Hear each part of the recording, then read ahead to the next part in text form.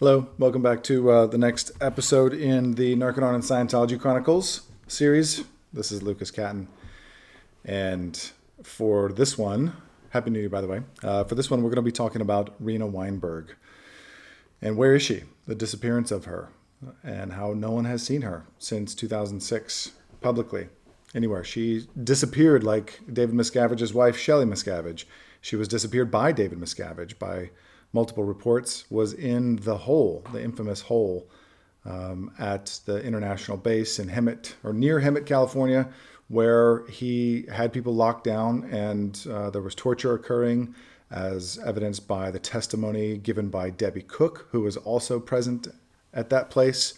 And we'll go back on that in a second here. But who was Rena Weinberg? Who is she?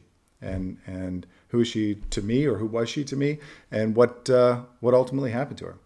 So Rena Weinberg is about a 5 foot tall, fiery, red-haired South African woman, and she won a Freedom Medal from Scientology, from the International Association of Scientologists, for her work doing educational stuff in South Africa. And her husband, Brian Weinberg, came over to the United States, and their children. I think they had 2 daughters. And they had joined the Sea Org, and she became the president of ABLE International. ABLE International is Association for Better Living and Education, and is a Sea Org organization where staff members sign a billion-year contract and are indentured servants to Scientology at that point. They're paid, less than $50 a week, if at anything at all. And but Brian was a dentist before he joined, so he had some money, and apparently had some family money, and they had things better than most Sea Org members by far.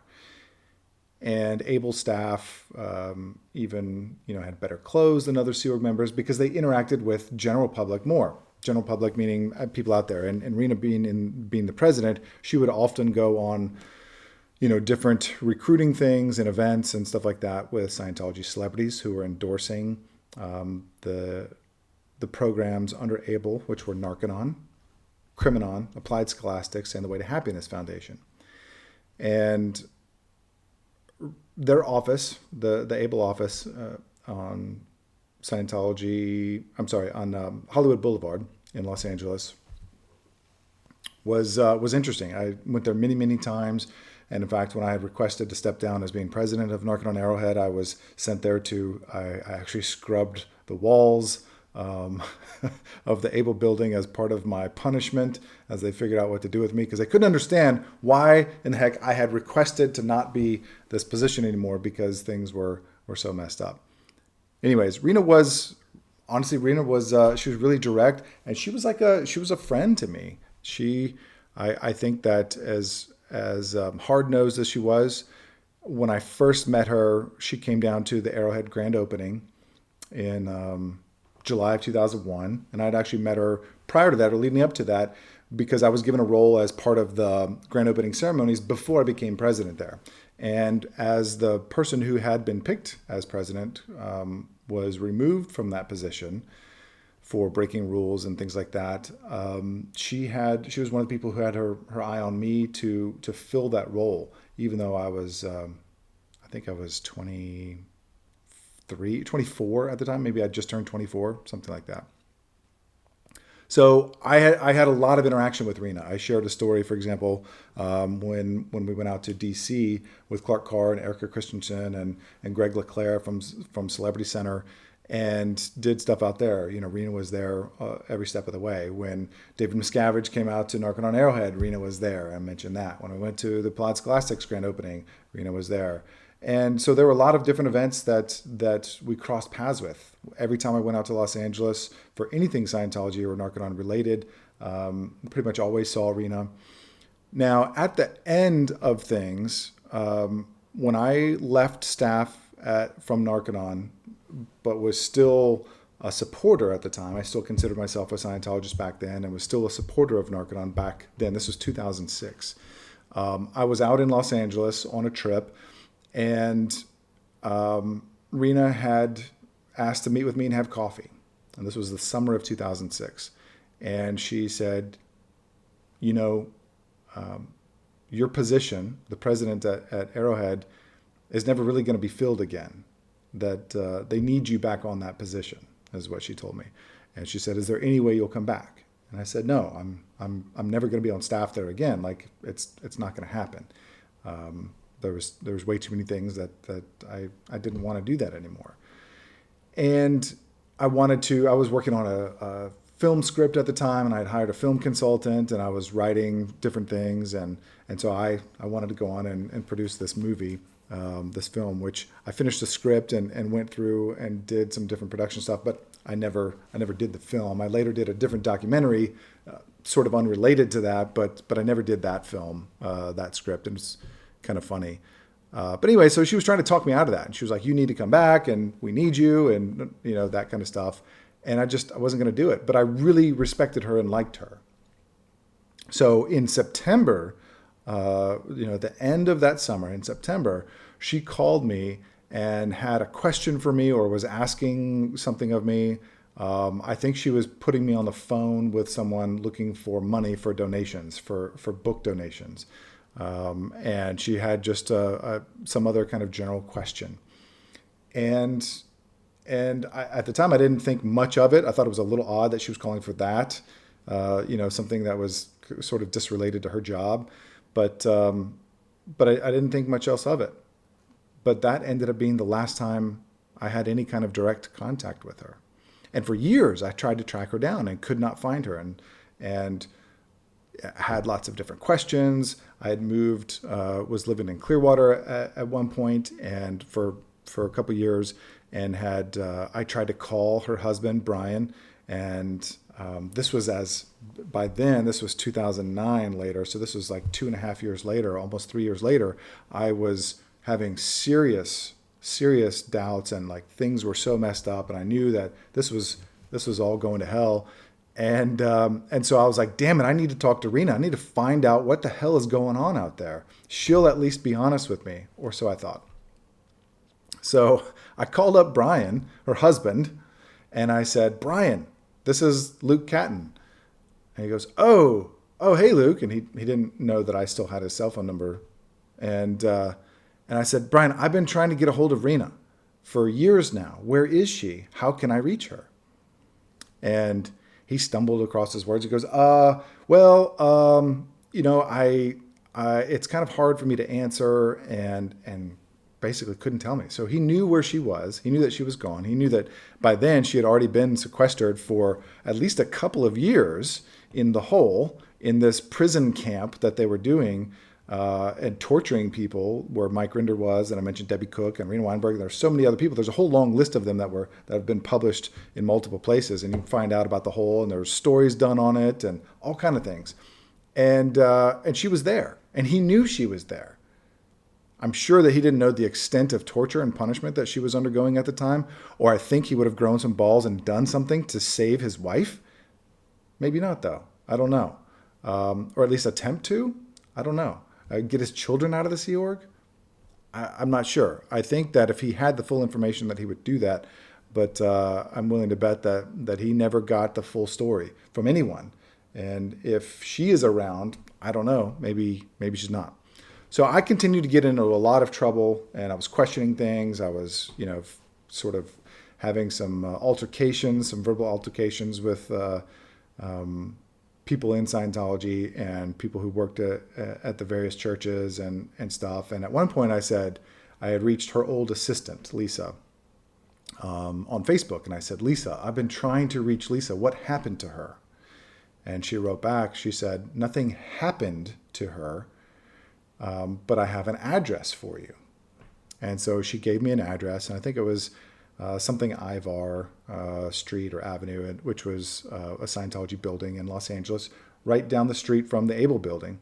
And it turns out that's where the mail would be sent to people who were on the RPF, the Rehabilitation Project Force. And the whole was there's multiple levels. There's the RPF, then there's the RPF's RPF.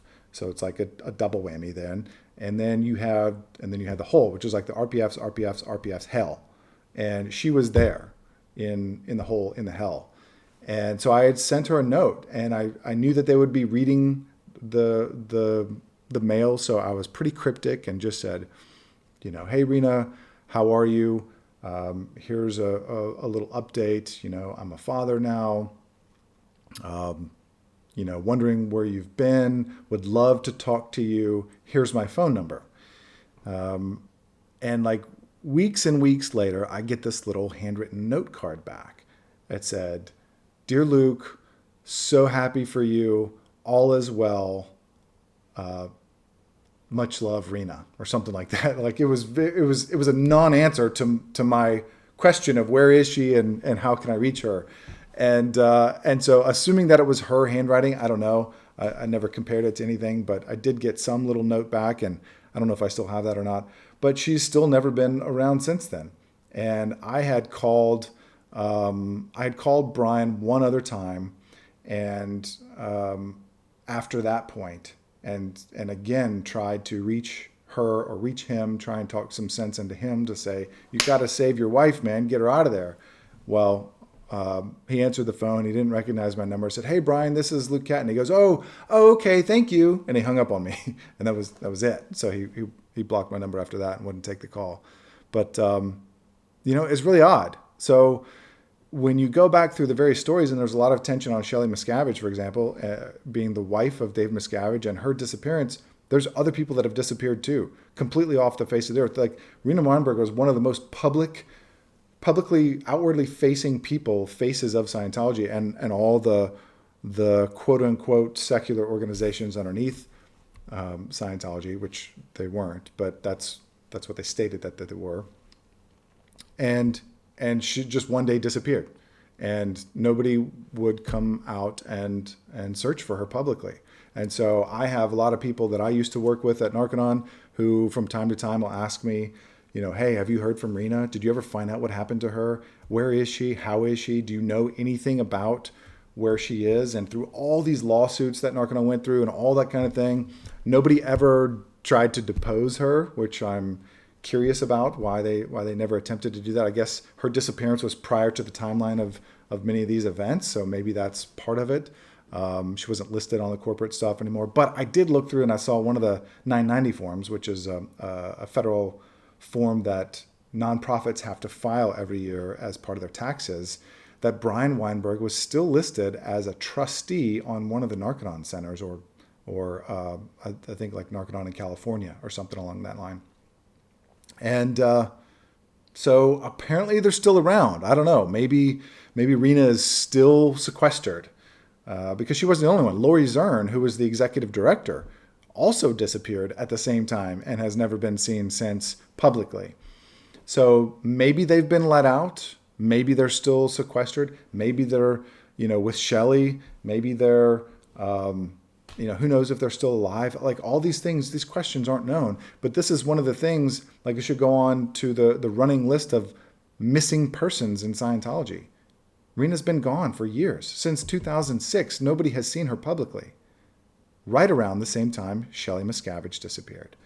I think Shelley was maybe the year before, but it was right in that same time period when things really started to go to hell, and people in the hole were getting tortured and beaten and deprived and locked up, and these.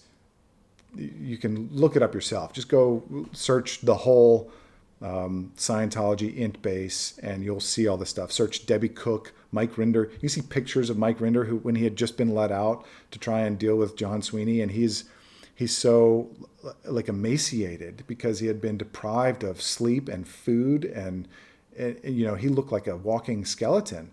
Imagine what 5 foot 98 pound Rena Weinberg must have been like. Like this level of abuse that it continues to go unchecked, that nobody ever actually paid for, that the FBI failed to take charge of. There's so many instances. And what's it going to take? Is it going to take a Branch Davidian type thing where Miscavige finally publicly loses his mind and sets shit on fire? I don't know. I sure as hell hope not. But there's people like that need to be freed, and their stories need to be told as well.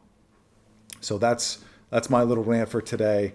on this episode of Narconon and Scientology Chronicles. Where is Rena Weinberg? Rena, if you're out there or if anyone out there knows where she is, please have her contact me. I would love to have a conversation with her. I'd love to buy her a cup of coffee because the last time we had one, she was asking me for help. Maybe she'll ask me for a different kind of help this time. Rena, I know a lot of people that would love to help you. You can check out the Aftermath Foundation and so many other places. I know a ton of Narconon people who would gladly come to your aid and rescue you and your family. Just reach out. Hit me up anytime. lucascatton.com. Take care.